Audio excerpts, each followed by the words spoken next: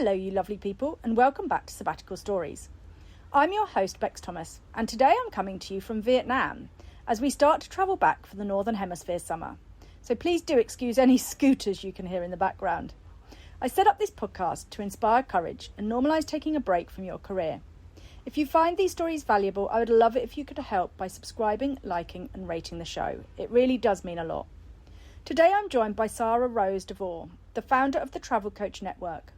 Sahara's story is all about creating a career that didn't exist before, proving that if the job you want isn't out there, you can actually build it yourself. We chat about her unconventional approach of taking a career break before her career had even really begun, how she spent 10 years travelling the world, figuring out what environments, work styles and industry truly suited her and what she didn't like, her experience of 5 million no's before getting a yes, and the mindset that kept her going. This and much, much more. Deep down, you've tried, dig deep, search wide, enjoy your climb, it's all for you.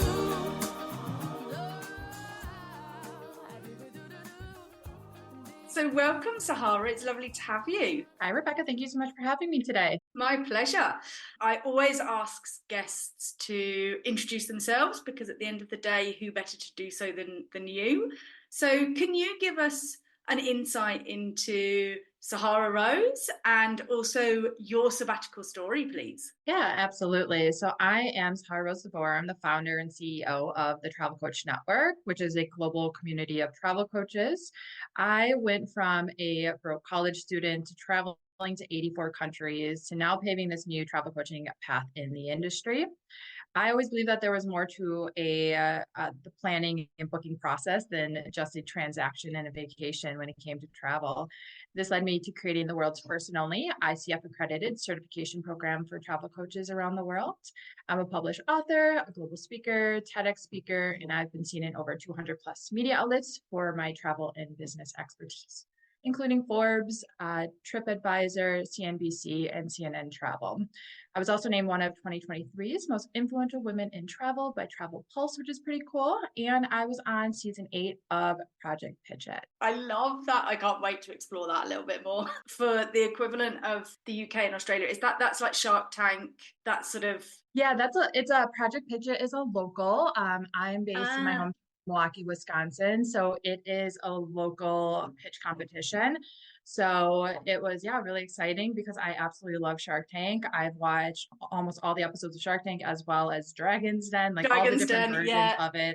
Entrepreneurial.com has elevator pitch as well, which I love. These are things I watched while I was traveling, and I always just, you learn so much from them. So it was super cool to be on something like that. Yeah, I bet. Let's start with the actual break, so your sort of sabbatical. Just talk us through what triggered or prompted you to take that in the first place. Absolutely. So I graduated from university in 2010, and I knew that having someone dictate when I could and couldn't take a vacation longer than 2 weeks was not going to make me happy. And sitting in a corporate office was not going to make me happy either. I was always struggling with bouts of depression and anxiety disorder, and I really just needed to figure out what happiness in life looked like to me. And so despite working various jobs while I was finishing up university, I knew that I wanted to backpack Europe. So I was going to take that break and go to Europe. I thought I was going to go for a month and a half. That's how long the Euro pass was that you could get back then. Turns out I got bit by the travel bug and I kept on going. And I used the next 10 years that I was traveling to really figure out, what kind of career I wanted to have. What was my purpose? What was I passionate about? And traveling itself was really helping me figure all of that out. So I guess my sabbatical was a 10-year break because I didn't work while I traveled. And I just really wanted to take that time to figure out and take in all that travel was doing for me. So my first thought around that is, having just finished university, that's pretty young and wise to know what you didn't want, to know that the sort of, I suppose, very traditional 9 to 5 was not going to satisfy you.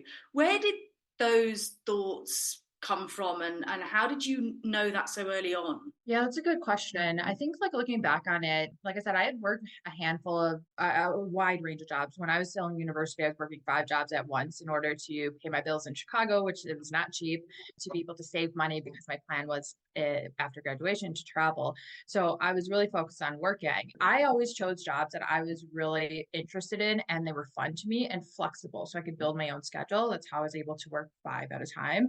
But of course, I had experience in some that were in office settings or where I knew that, or working in a restaurant, I couldn't take off more than a week or two because they're like, no, that's not, you're not allowed to do that. And I knew that I didn't want to continue living like that. I knew that was not going something that I wanted in my future. So even though, like you said, I didn't know what I wanted, I knew what I didn't want. And I'm sure a lot of people relate to this, like waking up and be like, oh, I don't want to go to work today, or oh, I just, I wish I was called off of work, or oh, like let me see if someone will cover my shift for me, right? And I didn't want that feeling forever. I also didn't want someone to put a cap on how much money I can make because that's essentially what happens when you get salaries, unless you climb your way up a ladder. And even though that's what society and my mom kind of was hoping I would do, like work for a big company and get a good title and get a good salary, make the most of your degree that you have. I just was like no, like that environment of the corporate space was just not my thing. And I didn't know what my thing was, but I was like, I'm going to go and figure what that out is. And so 10 years you traveled for. So the obvious question is, you didn't work for 10 years. How did you support yourself whilst traveling? Yeah, that's a common question. So yeah, a misconception is that I would run out of money and go back home, which is quite common among backpackers. But for me, I never wanted to put myself in that financial position. I also helped my mom out financially throughout the years. And I didn't want to be in a position where I couldn't take care of myself or if my mom needed anything. So even though I didn't work while I was traveling, and back then there were different options. You could do woofing, you could nanny, teach English. So nowadays there's so many opportunities to make money while you're traveling, especially online. Back then there was a handful or two. Essentially what I did before I even started on my trip, my first trip, I made sure there was a certain amount in my bank account. And therefore, whenever I was getting to a certain level in my bank account, I would reassess, like, should I go home? What should I do? Luckily, like it was usually around the holidays, I'll go back home. I wanted to see my mom. And then I would work the variety of flexible jobs that I was working to make the money. So I was able to still do things that I enjoyed doing. Honestly, I worked so many different types of jobs, but there were ones where I could pick my schedule and there were good paying jobs too. I would do that when I came home. I would get my bank account back to a level where I wanted it to be. And then I'd go off, depending on how long my trip was going to be. Sometimes I traveled up to 6 months, and that was about 2 or 3 times I did that. And sometimes it was like a 2 week trip. So that everything has a different set budget depending on where in the world I'm going. So I would just kind of assess how much money I knew I would need for this length of a trip. And then I would come back home and then make some money, see my mom, spend the holidays, and then go off again. Got you. So even though you weren't working whilst you were traveling, over those 10 years, it would be dipping in and out of work to be able to get to your bank account back to. Yep. Yeah. Kind of just replenishing it to a point where I wanted it to be. And like I said, I never ran out of money those last 2 years of university. Because like I said in the beginning, when I introduced myself, like I went from a broke college student to being able to travel the world. And yes, I had no money at one point, but it's about saving and how you spend your money. So it's money management. I had to switch my mindset around where my money was going, how I was making money, how I was spending my time making money, and what I did with that money. So I would minimize my expenses where I could. Back then we had cable TV. I got rid of my TV. I didn't have my car because I was now taking the public transit in Chicago. I was working so much, I didn't have time to go out and party and spend my money with my friends because we were in the restaurant industry and that's just kind of the culture. And before I knew it, I had savings. And that initial chunk that I started with, I would make more and then get back to that same amount. So I did that my entire 10 years. And that's also how I bootstrapped my own business. And so 10 years of travel, it's a long time sort of coming back, doing a different jobs and then going back traveling. Was there intention for it to be 10 years? Did it just work out like that? Like before you went, you mentioned that it was going to be a month and a half. Talk us through then sort of what those 10 years kind of looked like and where intention setting came in, and then almost how you transitioned into what you do now. 10 years didn't even cross my mind. Like I said, I thought I was going to go to Europe for a month and a half, and I was going to come back home to Chicago, or come back to Chicago, and I was going to get a good job, work for a company, and figure out my life then. I really was enjoying what travel was doing in terms of not only the places I was seeing and the people I was meeting, but I was feeling fulfilled in a way that I never did before. Like I said, I didn't know what I was looking for. So travel just like exposed me to all these new feelings and insights and ideas that I didn't know I could get in my regular routine back at home. And so when we say that we get bit by the travel bug, there's a reason for that, right? Travel is doing something for us on a deeper level. And it did. And I was like, I went back home for the holidays. I ended that month and a half trip. I was in Europe and it was cold. It was cold. And I'm from the Midwest and it's cold here during the winter. And I'm like, I need to go somewhere warm. So I came home for Christmas, I remember, and then I bought a one-way ticket to Costa Rica. And I was like, I'm going somewhere warmer. I always had Costa Rica on my mind. This time it was a one-way ticket. I was like, I don't know when I'm coming back. And so backpacked all through Costa Rica, Nicaragua, Honduras, Guatemala, Belize. Now I was in an element that I loved even more. I speak Spanish. I just loved the culture. Central America is very different from Europe. I loved the slower pace. I loved where it's not as touristy. Like that's just my vibe when I travel. And so that fulfilled me even more. I was like, this is incredible. I'm a beach bum too. I'm Aquarius. I'm like, I want to just relax on the beach. And I was finding so much joy and in this lifestyle that I could not see past keep on doing that for a while.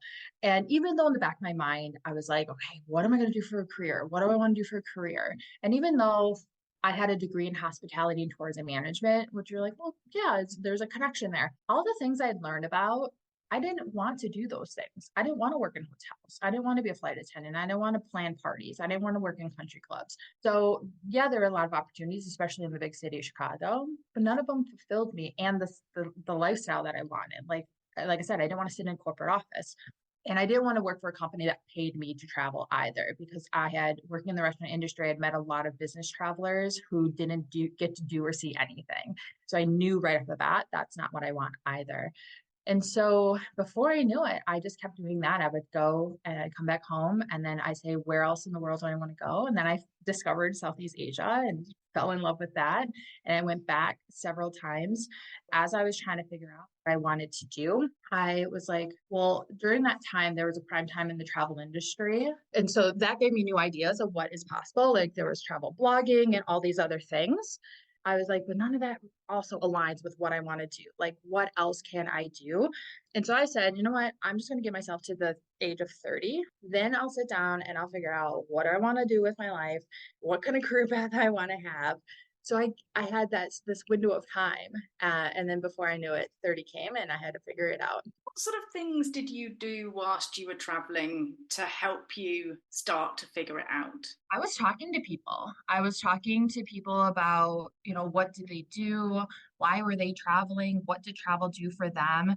And all of this, as I took an overview of what everyone was talking about and everyone's purpose for travel, I just started realizing a lot of voids in the tourism industry or in the industry in general, in the corporate space in particular. It was like all these people like quitting their 9 to 5 to travel. So why are companies not paying attention to this? Why are companies not valuing, obviously, travel or vacations for their employees? That's when I started doing research on what's happening in the burnout industry, in the corporate world, and then the benefits of travel, of what travel was doing for people. And this is essentially how I got the idea of my own wellness travel coaching business. And so were you doing that whilst you were traveling?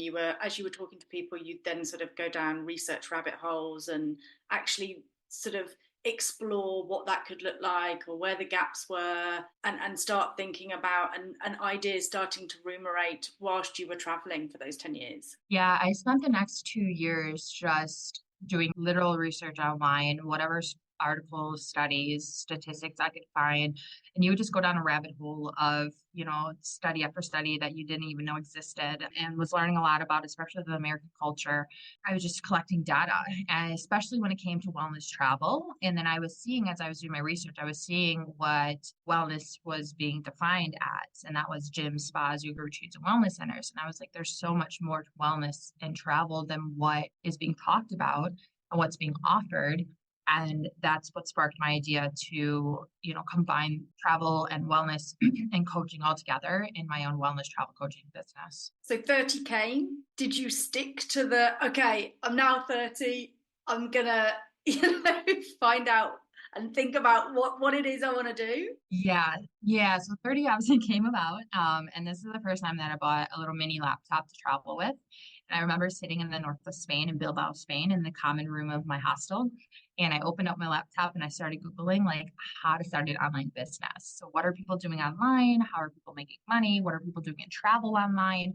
And I came across the coaching industry. That's because Facebook caught on that I was looking at business stuff, and it started pushing coaches at me. And I never needed a coach. I didn't think about it. I didn't know anyone, I don't think, that was a coach. And so I just was like, wow, this is a rising industry. There's wellness, life coaches, health coaches, business coaches, all these different coaches. I want to be a travel coach. I didn't see it anywhere, didn't hear about it, but I didn't care. That's my personality. Like, if I have an idea, I'll just run with that if I feel like it's right. And that's what I did. And I want to be a wellness travel coach. And as I was figuring out that business and what that looked like, that took about 6 months later. People were asking, like, what's a travel coach? Where'd you learn about this? Again, I had a gut feeling, something clicked. And I said, I'm going to create a platform for travel coaching.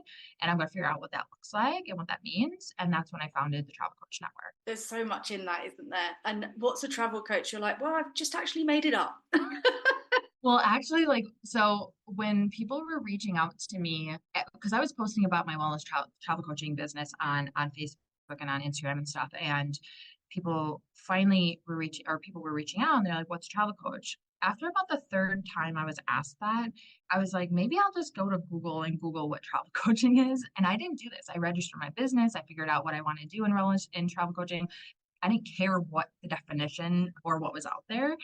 And so finally I did, and it was what pops up is travel coach buses, and which could easily scare people. They're like, oh, it's not a thing. I got to figure out another business. But again, that's not my personality. I was like, this is gold. Like, no one's doing it. Yeah, a niche that nobody's touched. Yeah, there was one article. So this was in 2019. I think this happened that I Googled that. And there was one article that I found from 2010. So the year I graduated from university, that I set off on my 10-year adventure. There was one article from your monitor, I think it's called, and it said the potential of travel coaching. I remember that happening. So I'm like, this article is amazing. It was just 10 years before its time, or 15 years before its time. Yeah, so even though it wasn't a thing, there were people calling themselves travel coaches, but many of them were just travel agents or coaching travel agents. And so therefore that meant I had to define what travel coaching meant within the Travel Coach Network. So for our audience, what I'd love you to do is explain what your concept of travel coaching was back then, when you were like, okay, this is what I want to do. I've found this niche, and then whether it's changed and what it is today. Yeah, I don't think it has changed very much. Back then, my idea was just that travel coaching is using that empowerment, that mindset when it comes to travel. Because I also remember being asked all the time, how did you do this? How did you travel? How do you afford it? Aren't you scared? Like, asking all these general questions, especially if you're a solo female traveler, you get. And I would just be so passionate to tell people, like, you can do it. Like, it's not, doesn't have to be that expensive. It doesn't have to be that difficult. It's not that scary. Like, there's amazing places. Like, I loved the empowerment side of it. And so the coaching was tied into that. So that was kind of the umbrella of my initial idea around it. But then over the years, especially as terms like transformative travel and intentional travel came about, are on the rise and wellness and everything. And now travel coaching they're not people, travel coaches under the CCN are never meant to be travel agents who plan and book trips. That's a different training. That's a whole different qualifications.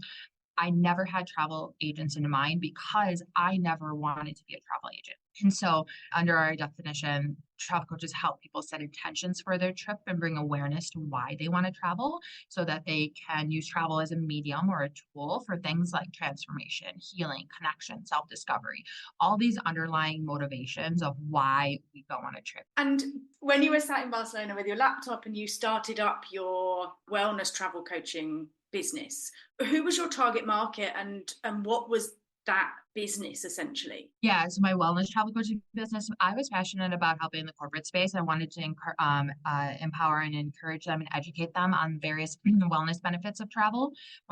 It's in particular for business travelers, there was a big burnout epidemic happening among business travelers pre-pandemic, and not only business travelers, but also, of course, in the corporate world.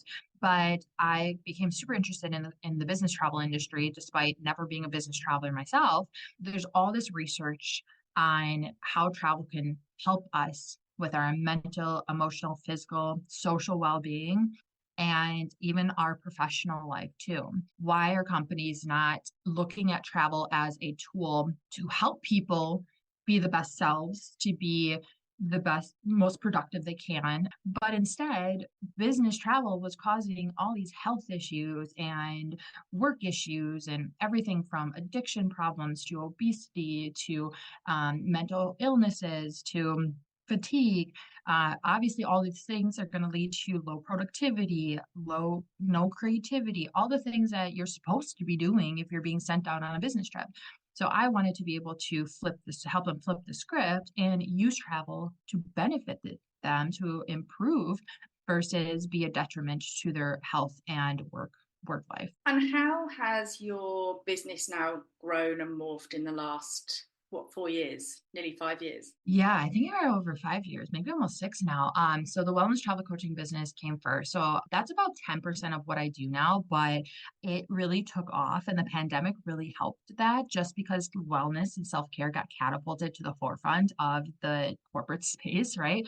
People were like, I want to work for companies that care about my well-being, or I value vacations and I want them, or business travelers like, I'm not getting back on the road until things change. These were all real things happening. And what I talked about was really interesting to them.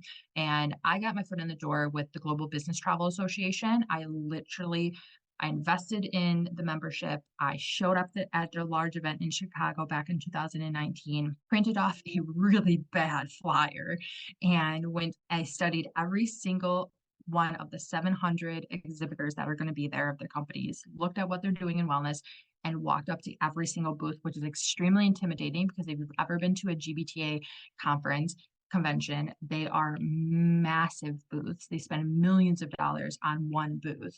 They're so big, you don't know who you're talking to. You don't really know what you're talking about. But I knew I had to build relationships with these companies, and I spent the next 4 to 5 years doing that. And my name started getting passed around. I would be invited to speak at chapter events. I got invited to speak at the conferences. I was asked to join the risk management committee because they didn't have anyone in wellness. I just built relationships, and that really catapulted my wellness travel coaching business because I found an organization where my ideal clients were. I wanted to go directly B2B to the companies and educate them so that their travel managers could educate their business travelers and that they can implement some new strategies within their travel programs. And so that was my business model as a wellness travel coach. And how's that then morphed and evolved, over the last few years? You mentioned it's now 10% of what you do. Where does your other 90% of time get spent? Yeah, well, 90% of my time is the Travel Coach Network, growing this global community and program and everything. So it's, as you can imagine, there's a lot of hats that I wear. Luckily, I have a very wonderful team that helps me now. And for the audience, just explain, you mentioned it's a platform, but you're now essentially qualifying other travel coaches, right? So you've got the only ICF accredited program globally that you now can deliver to anybody who wants to become a travel coach? That's our flagship program. We have about 555 members in it now. About half of them are graduated and certified.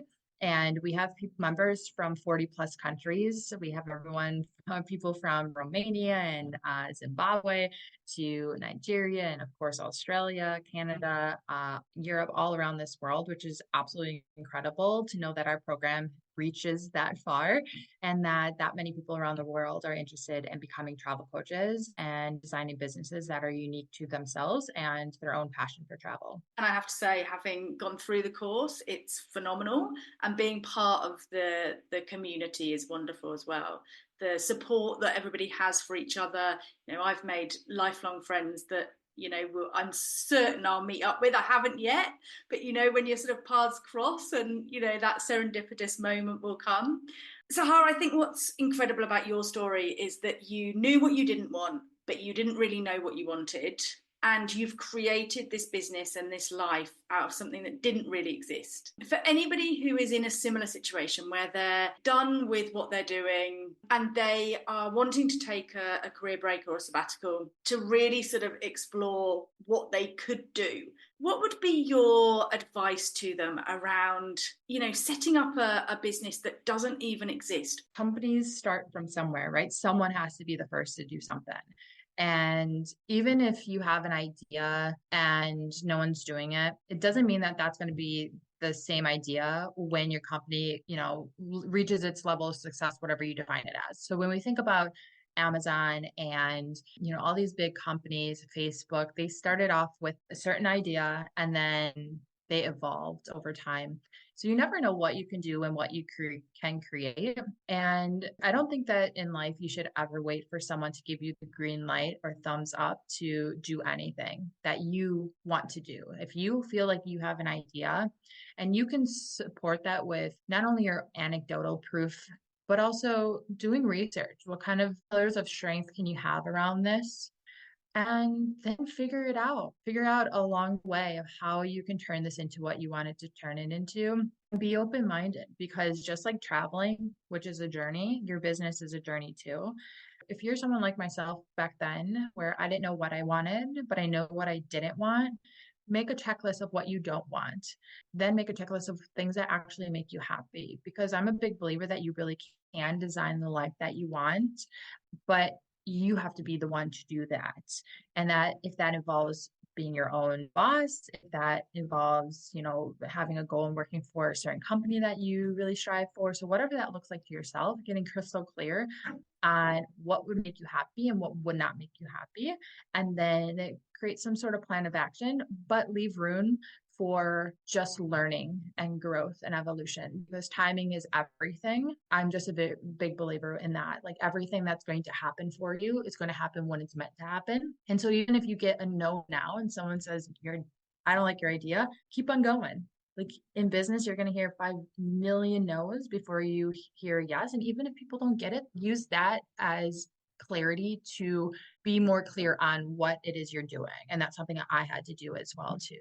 There's still naysayers out there, but if you believe in something strong enough, just go for it. Yeah, absolutely. And I love that whole leaving room to iterate. And if somebody's not clear on it, or there are the naysayers out there, it's actually using all of that to then clarify and create a crystal clear message that you totally believe in, but also that you can then influence others to get on board with as well.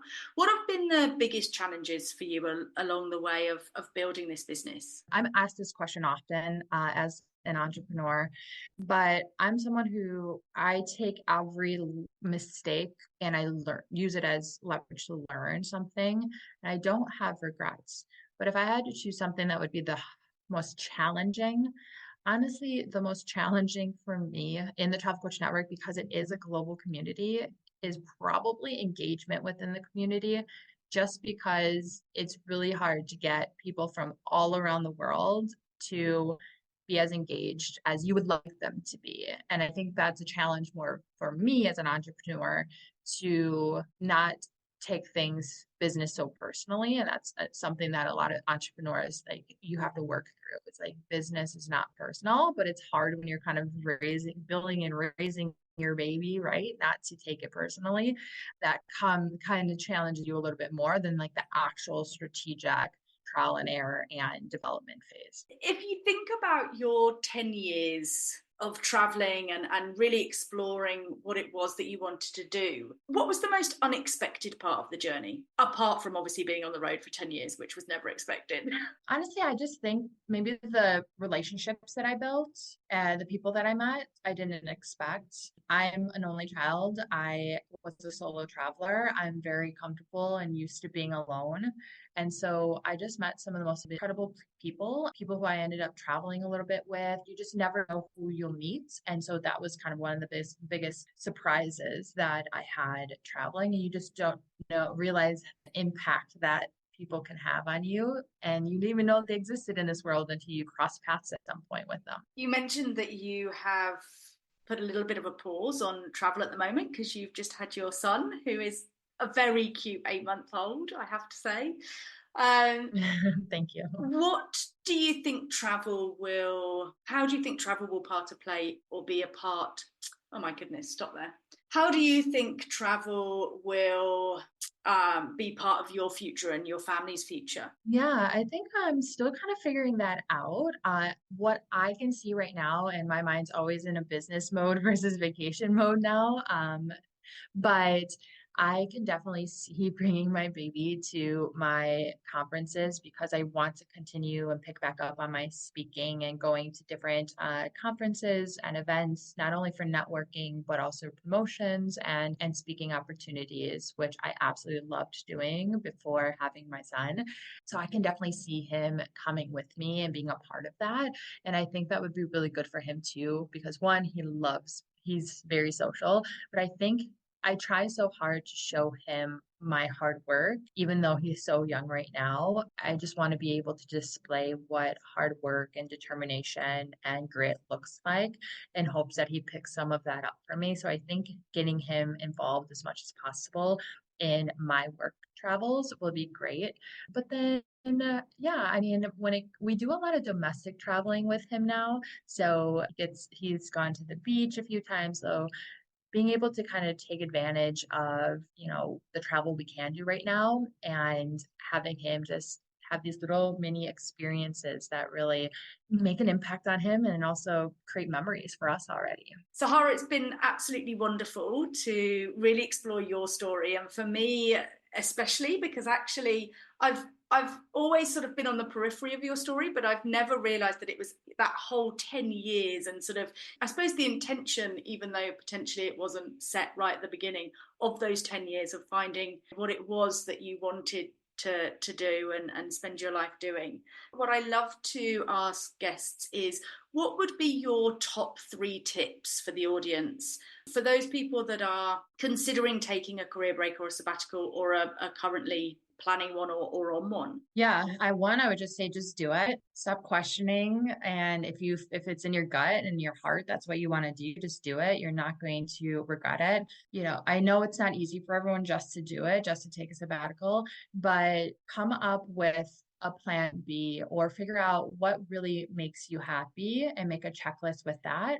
Because sometimes we're in situations where we hope it goes one way and it doesn't, but the other way is better for us anyways, a better outcome anyways. So just trusting the process, just make connections and talk to others who have done it, or find some sort of community of support for yourself so that you can have that encouragement, especially if there's days of doubt or fear or anxiety around it. Talk to people of all sorts who have taken sabbaticals or breaks or quit their job or whatever it might be. And then when you can have accumulation of different stories, find what resonates with you and kind of carve your own path out of what would be right for you or what feels good to you. I agree so much with the community. I think support's so important, and we are communal beings at the end of the day. So finding a community, whether it be friends, whether it be a community that's set up specifically for sabbatical or career breaks, is super important. And where do people find you if they want to get in touch, Sahara? Yeah, you can find me at thetravelcoachnetwork.com or the Travel Coach Network across all of our social media platforms. You can find me, Sahara Rose, the Travel Coach. Same thing. Or you can find me on LinkedIn at Sahara Rose Vore. That's brilliant. Thank you so much for your time. It's been wonderful to see you again. Thank you, Rebecca, for having me. My pleasure. You take care. You as well. Let's try to keep this real. And it's like she said, we're all affected, yeah. And it's like he said, I won't let it out. Thank you for listening. I truly appreciate each and every one of you taking the time to join us. And of course, a massive thank you to Sahara for sharing her incredible journey and the power of knowing what you don't want in order to design a life that truly fits. If today's episode resonated with you and you're interested in becoming a travel coach, you can get in touch with Sahara through the Travel Coach Network. All of the links will be in the show notes. A special thank you to Auntie B at the Flaxen, as always, my incredible, patient and talented producer. And a big shout out to the amazing Joe Cook, whose soulful vocals we're lucky enough to use throughout the show. If you enjoyed this episode, I'd love it if you could like and rate the show. And if you really want to make my day, leave a positive comment too. If you know someone that would love this conversation, please do send it their way. Your support means the world, and helping getting these stories out there to more people who need them really matters. Do you have a sabbatical story to share? Maybe you know someone whose journey would inspire others. Do let me know. Get in touch via Sabbatical Stories Podcast or message me on LinkedIn. I'm Bex Thomas. Until next time, take care of yourself, keep dreaming big, and remember, your sabbatical story is waiting to be written. For a while, taking matters into your own hands, you won't believe.